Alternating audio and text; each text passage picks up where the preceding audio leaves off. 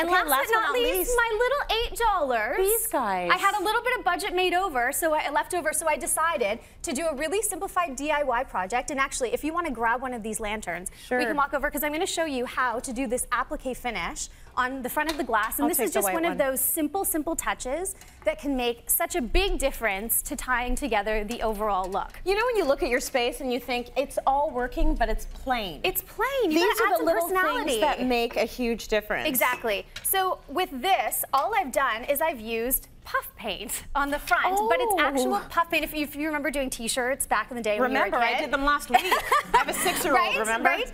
But this is actually, it works on glass. So I would still, if you're using it for a lantern, I would suggest doing it on the outside of the glass and then using your battery-operated candles, obviously. For sure. Now, this one I kind of just randomly had some fun, and this is where you can play around. And the nice thing with this, it takes a little while to set up. So if you don't love the pattern, you can wipe it off and start again. Oh, cool. So this I called my practice run. But then I decided, what if I wanted something a little more specific in pattern that I wanted to replicate and have consistent all the way around? Very ornate. So, exactly. So I got smart and picked up a stencil from my local craft store. And all you need to do is then tape it in behind and then use your puff paint and dab it all on the glass. So you follow the pattern and you can just keep repeating.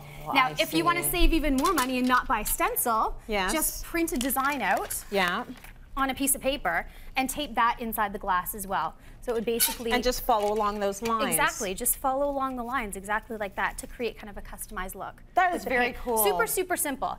There's also paint markers that work on glass that I wanted to point out as well. So if the puff paint isn't look, if you want something more solid and almost a stained glass effect, you can do that as well. So whether it's boho or whatever your look is, easy to create. Very quickly for the rug, you just taped out the shapes. This is so easy. Used the acrylic paint, which was easy. The real key with this is the right type of brush. Okay. It's a no-brainer to think, okay, I understand how to put paint on a rug, but if you roll it, you're going to push the paint underneath the tape because it's a textured surface. It won't get in the grooves. If you brush it, you're not going to get in the grooves. You need something called a stipple brush or a pounce brush, and you just beat it. This is where you can take out all of your DIY frustrations, and you can tape out your own pattern, or if you want to spend a little bit more on the budget, just pick up a big stencil and stencil the whole rug as well. Is she the Easy DIY peasy. queen or what?